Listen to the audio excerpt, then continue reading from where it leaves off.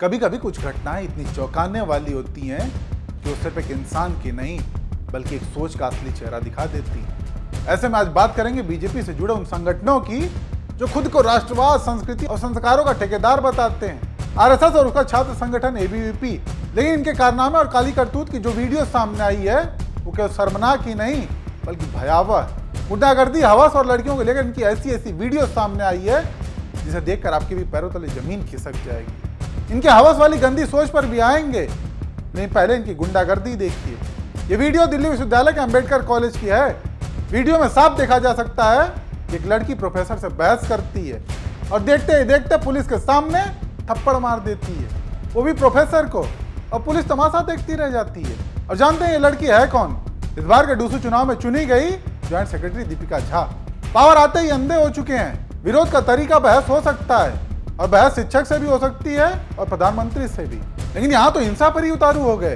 Professor को थप्पड़ जड़ दिया और सब वहां मौजूद थे, पुलिस तक थी वहां पे, लेकिन इसके बावजूद इनमें कानून का तनिक मात्र डर नहीं था। यह इनके गुंडागर्दी वाला असल चेहरा। अब आते हैं इनके हवस वाली गंदी सोच पर। यह वीडियो देखिए, एमपी मंदसौर के एक कॉलेज की है। कॉलेज में युवा उत्सव समारोह था जिसको लेकर छात्राएं एक कमरे में कपड़े बदल रही थी और ये मनचले उन्हें खिड़की से झांक रहे थे, उनकी तस्वीर निकाल रहे थे। और जानते हैं ये है कौन? एबीवीपी के सदस्य। कोई नगर मंत्री बताया जा रहा है, कोई महाविद्यालय का प्रमुख। सोचिए, ये लोग लड़कियों के कपड़े बदलने की घटना को अपने कैमरे में कैद कर रहे थे। कितनी घटिया सोच।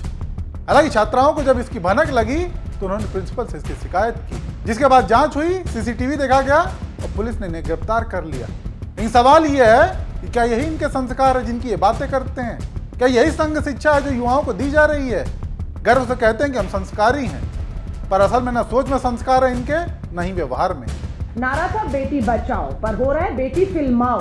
बेटी बचाओ का नारा देने वाले ही बेटियों को जो है फिल्मा रहे हैं, वीडियो बना रहे हैं।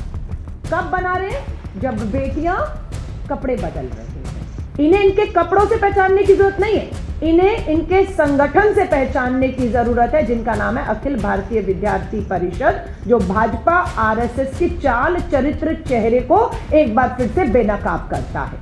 बाकी आरएसएस से जुड़ी एक घटना तो ऐसी आई जिसने पूरे देश को झकझोर कर रख दिया। सुनकर रूह कांप जाए।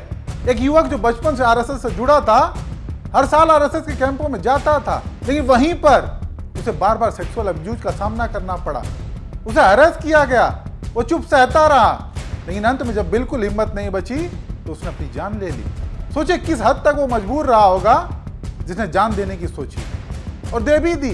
सोचिए एक बच्चा जो संघ के नाम पर चरित्र निर्माण के लिए कैंप गया था, वो वहीं अपनी जिंदगी खो बैठा। कल्पना कीजिए कि एक 4 साल का बच्चा, उसके पिता ने भरोसा करके उसको राष्ट्रीय स्वयंसेवक संघ की शाखा में भेजना शुरू किया, ये सोचकर कि वहां वो कुछ अच्छा सीखे।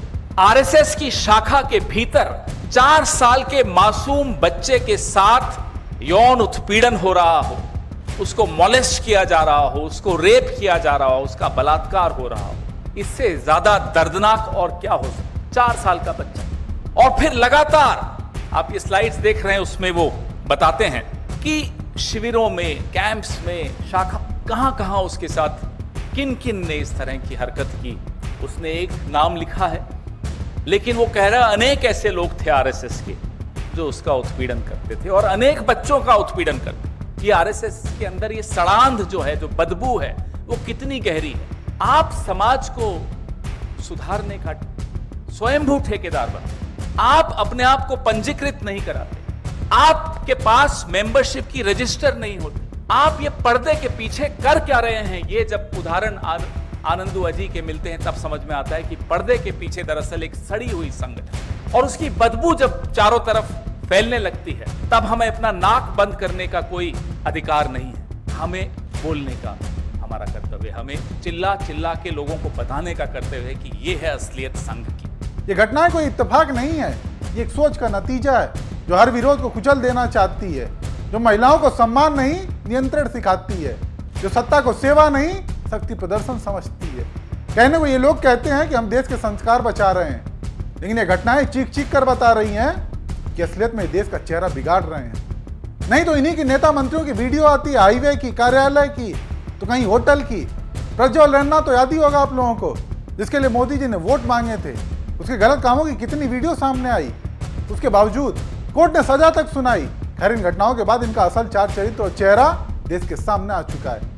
ऐसे में सजग और सतर्क रहने की जरूरत खुद है, क्योंकि अभी तक तो उन पर कोई कार्रवाई देखने को नहीं मिली है जिन्होंने प्रोफेसर को थप्पड़ मारा, जबकि पुलिस वहीं मौजूद थी, उसके सामने सब कुछ हुआ।